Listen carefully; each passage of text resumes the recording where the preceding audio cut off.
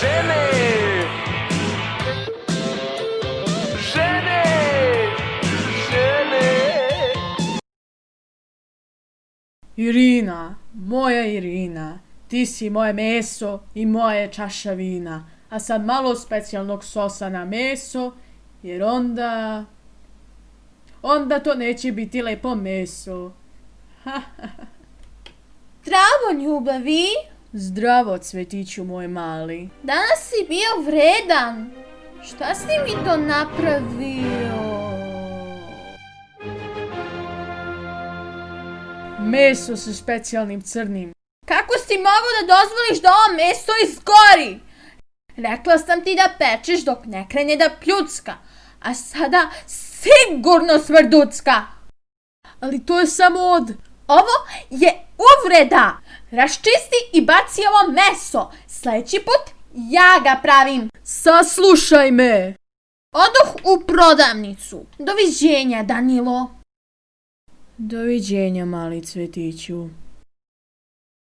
Imam ideju.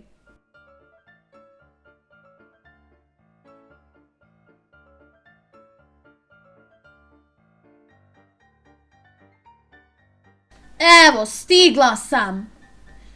Danilo! Danilo! Danilo! Da li je meso barem bačeno? Nije. Ček, je li ovo pismo od Danila? Irinice, meso nije izgorelo. Gle ko mi kaže.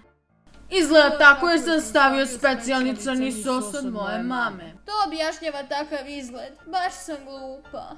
Pošto si ljuta na mene, učinit ću ti uslugu i otići ću. Ne!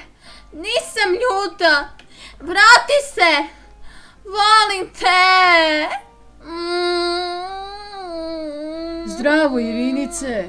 Kako si? O, Danilo! Mislila sam da ćeš me zauvek napustiti! Šta te, pobogu, ženo slatka, navelo da to misliš? Nije mi stalo sve na jednu stranu, pa sam stavio strelicu da bi znala da ima i druge. Otići ću da bacim đubre. Zamalo da me srčka strefi. Hajmo da jedemo, ljubavi. O, bez veze bacih 100 dinara na drugo meso.